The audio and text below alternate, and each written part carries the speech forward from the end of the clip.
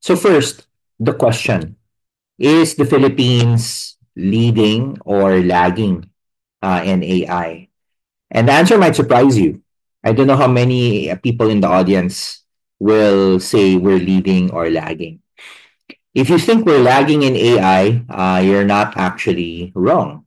So as early as 2023, the Descartes Institute, which regularly releases this report on the future readiness of countries, no? Rank the Philippines really down in a list of 100 plus countries. We're ranked 82, and our ranking continues to fall.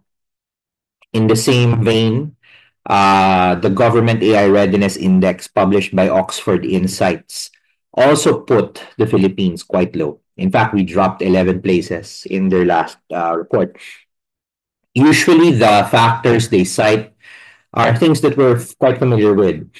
Our AI readiness is affected by the availability of skills, the lack of reliable infrastructure, at least in their perspective, and also the policy front. You know, these foreign think tanks don't think we have the right policies in place.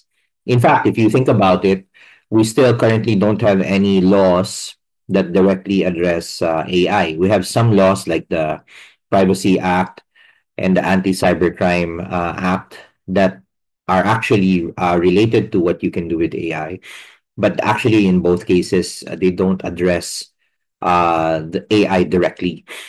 Now, so that's the negative. No? So if you said we're lagging, you're not wrong. But then in the off chance you say we're actually leading, you're not wrong either because there are other surveys. For example, recently, and this is about a year old already, the media has been reporting that generative AI, especially, is highly sought after in the Philippines. And there's actually, it's not actually a surprise for me to see this, especially working within the IT BPM industry. One of the best surveys that I like citing is back in 2023, the Electronic Hub released a report on which countries are most interested in AI, using their search results. And surprisingly to a lot of people, the Philippines is number one.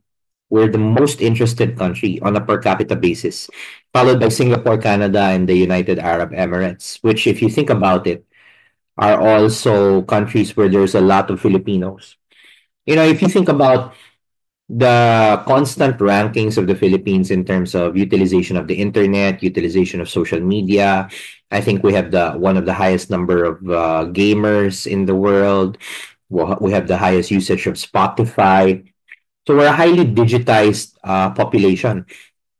So it's not a surprise if you think about it that AI, being a digital tool, should also be highly. We should be highly interested in it. But interest is one thing. What about actual usage? Well, as it turns out, this is another study by Writer Buddy. What they did was they tracked the web traffic of countries to sites like ChatGPT, Midjourney, and all these AI services. And we're actually number four in the world, right behind the United States, India, and Indonesia, which, if you think about it, are countries with higher populations than us. And somehow we're right there. We're actually tied with Brazil, which is another large country. The World Bank, a couple of months ago, validated this, and they said we're actually fourth in the world in terms of usage of ChatGPT specifically. So this really runs contrary to kind of the observations, or would be a surprise given the observations mentioned by Descartes and Oxford. For me, one of the best stats was actually published months ago by LinkedIn and Microsoft. And they said, based on their data, 86% of Filipino knowledge workers, so I guess Filipinos on LinkedIn, are using AI at work. That's nearly 9 out of 10. And if you also dig deeper, this is actually ahead of the global average. The global average is about 75%. The regional average is 83%, and we're at 86%. So on average, the impact of AI on work is about half an hour. But again, that's based on a LinkedIn survey. So I think I want to end this first part with this observation, which I wrote about in the news, that it depends on the survey that you read, and we shouldn't be necessarily looking at the AI adoption story from a one-sided basis.